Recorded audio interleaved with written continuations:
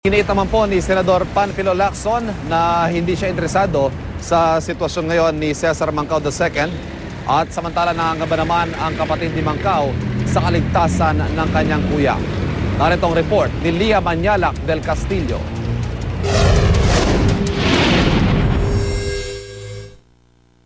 You have to surface, you have to surrender within the day.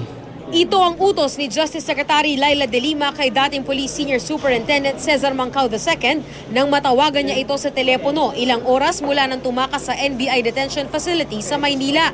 Panay raw ang hingi ni Mancao ng tawad sa kalihim. Paulit-ulit niyang sinasabi, wala na po akong choice kasi nanganganib po ang buhay ko.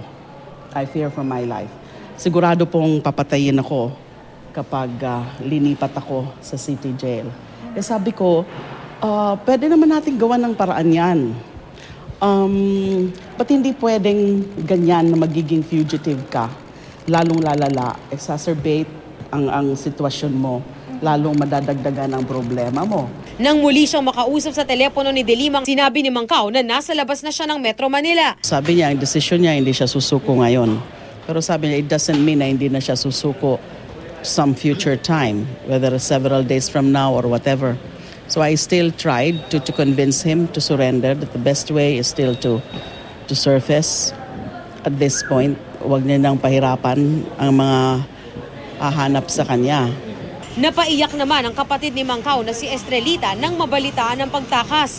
Wala raw nabanggit tungkol dito ang kanyang kuya sa linggo-linggo niyang pagdalaw dito. Ipagdasal ko na lang na talagang safe siya. Na talagang shock na shock ako kasi talaga hindi ko sukat akalain na ganito talaga gagawin niya. Pero si Senador Panfilo Lacson na dati niyang boss, sinabing wala raw siyang anumang interes kay Mancao. Ang pagtakas nito, problema na raw ni Mancao at ng kanyang mga bantay. Matatandaang si Lacson ang namuno noon sa Presidential Anti-Organized Crime Task Force o PAOK-TF kung saan nagsilbing hepe ng Task Group Luzon si Mancao. Kabilang sina Lacson at Mancao sa mga iniugnay sa pagpatay sa public relations man na si Bubi Dacer at kanyang driver na si Emmanuel Corbito sa Cavite noong taong 2000. Para sa unang balita, Lia Manyalak del Castillo reporting.